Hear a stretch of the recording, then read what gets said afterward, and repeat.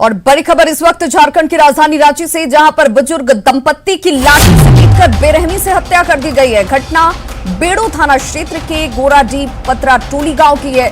डायन बिसाही के आरोप में दंपत्ति की हत्या की आशंका जाहिर की जा रही है। बुजुर्ग की हत्या से जहां परिजन सकते में है, वहीं 21वीं सदी में भी डायन बिसाही के आरोप में हत्या सभ्य समाज की खोखली हकीकत को सामने लाती है। इसे लेकर बेड़ो थाने में मामला दर्ज कराया गया है। वहीं मृतक के बेटे की शिकायत के बाद पुलिस इस मामले की जांच में जुट गई है। मृतक के बेटे के अनुसार उसकी मां मानसिक अवसाद की शिकार थी और रात में घर से बाहर निकल जाया करती थी। सोमवार की रात को भी वो घर से बिना बताए यूं ही बाहर निकल गई, जिसके बाद सरना स्थल में उसका शव बरामद किया जाता है।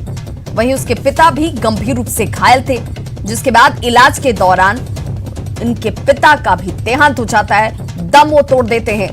और मिली जानकारी के मुताबिक पत्नी को बचाने के दौरान ही पिता भी घायल हुए थे। और फिलहाल पुलिस अब इस मामले में कुछ लोगों को हिरासत मिली हुई है, जिनसे इस वक्त पूछताछ जारी है।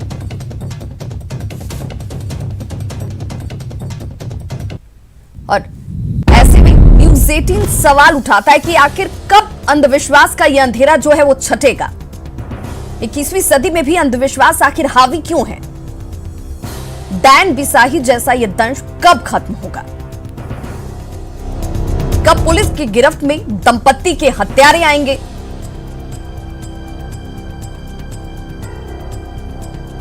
और ये 21वीं सदी, और इस 21वीं सदी में भी अंधविश्वास हावी है।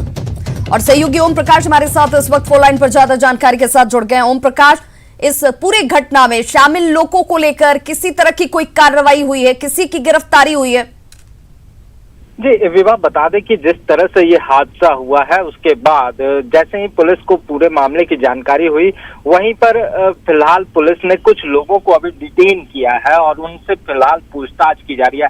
हालांकि नामजद आरोपी न होने के कारण पुलिस ने अभी तक इसमें गिरफ्तारी नहीं की है, क्योंकि कहा जा रहा है पुलिस भी व्यापक अनुसंधान के बाद और जांच के बाद ही कार्रवाई की बात कर रही है। लेकिन सबसे बड़ा सवाल है विवाह, जिस तरह से लगातार इस तरह की घटनाएं सामने आती हैं, खासकर अगर राजधानी रांची के आसपास के जिलों में के इलाकों में अगर इस तरह की घटना हो जाए, तो ये अपने आप में विडंबना है, क्योंकि कहीं ना कहीं 21वीं सदी में हम जी रहे हैं और आसमान और मंगल तक जाने की पहुंच रख रहे हैं, लेकिन बावजूद अब भी अंधविश्वास की जड़ें इतनी गहरी हैं कि इस तरह की वारदातें जो है वो हो जा रही है। हालांकि इसको लेकर अवेयरनेस कैंपेन की बात तो की जाती है, लेकिन वो बिल्कुल ओम प्रकाश, सवाल तो यही उठता है ना कि सरकारें तो यही दावा करती हैं, चाहे किसी की भी सरकार हो, कि देखिए जिस तरीके से सरकार कैंपेन कर रही है, लोगों को जागरूक कर रही है, बताया जा रहा है, वैसे में इस तरह की घटनाओं को होना या इसके बार बार ऐसी घटनाओं का सामने आना तो ये जाहिर करता है कि ये कैंपेन सिर्फ हवाई तो नहीं है।